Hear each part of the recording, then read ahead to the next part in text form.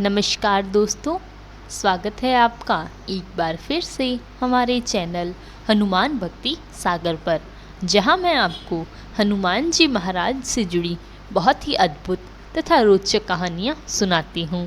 यह कहानियां आपके जीवन के लिए बहुत ही लाभदायक तथा ज्ञानवर्धक होती हैं। इन कहानियों को सुनने के बाद आपके मन में हो रही परेशानियों, चिंताओं इत्यादि सभी समस्याओं का समाधान आपको प्राप्त होता है। तो आइए शुरू करते हैं आज की कहानी। इससे पहले कि आप इस कहानी में खो जाएं, हमारे चैनल हनुमान भक्ति सागर को सब्सक्राइब तथा वीडियो को लाइक, कमेंट, शेयर ज़रूर करें, ताकि आने वाली न्यू वीडियो की नोटिफिकेशन आपको सबसे पहले प्राप्त हो जाए। आइए शुरू करते हैं। जय गुरुदेव। रूप भ्रम। संकट मोचन हनुमान मंदिर लखनऊ में 26 जनवरी 83 के दिन प्रतिष्ठा दिवस समारोह मनाया जा रहा था। सायंकाल लगभग 3 बजे श्रीमती शांता पांडे भावपूर्वक वहीं गुरु स्थिति गा रही थी, जिसे वह बहुधा महाराज को सुनाया करती थी।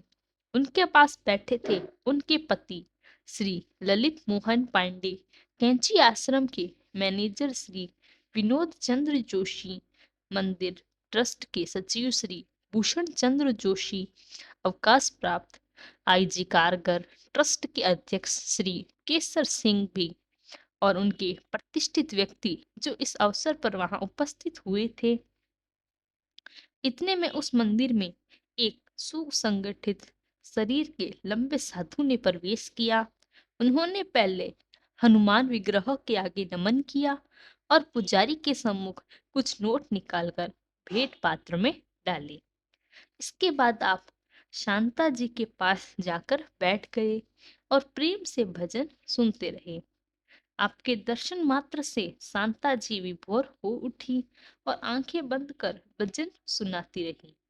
आप बताती हैं, आपको मन में भय होने लगा था कि कहीं भाव आवेश में आप बेहोश न हो जाएं। उन्हें ऐसी अनुभूति हो रही थी कि इस साधु के वेश में बाबा नीम करोली स्वयं पधारे हैं। उपस्थित लोगों ने आपके पतिदेव केसर सिंह, भूषण जी और विनोद जी को भी बाबा की उपस्थिति का आभास होने लगा, पर साधु की बिना आकृति देखकर सभी भ्रमित रहे। भजन समाप्त होते ही साधु उठकर चला गया। केसर सिंह कुछ उनसे कहने आगे बढ़े ही थे, पर संकोचवश कुछ कह नहीं पाए।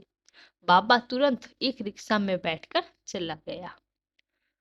साधु के जाने के बाद उनके विषय में चर्चा होने लगी। तब ज्ञात हुआ कि उपयुक्त 4 व्यक्तियों के अतिरिक्त वहां उपस्थित किसी भी व्यक्ति ने उन्हें नहीं देखा। वह किसी को दिखाई ही नहीं दिए। यहाँ तक कि पुजारी ने भी उन्हें नहीं देखा। इस घटना के कुछ महीने बाद एक दिन वृंदावन आश्रम के परिक्रमा मार्ग में केसर सिंह को इस व्यक्ति के पुनः दर्शन हुए।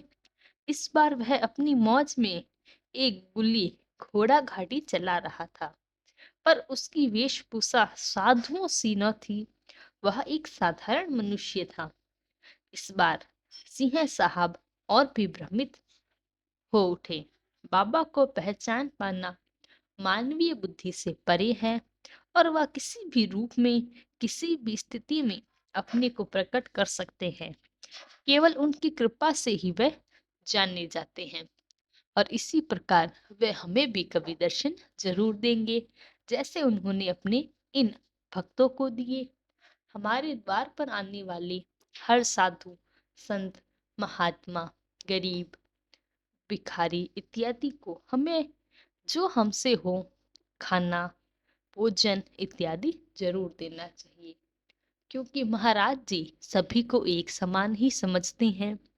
हम जितनी भलाई करते हैं, महाराज जी हमारे ऊपर उतनी ही अपनी कृपा दृष्टि बनाते हैं।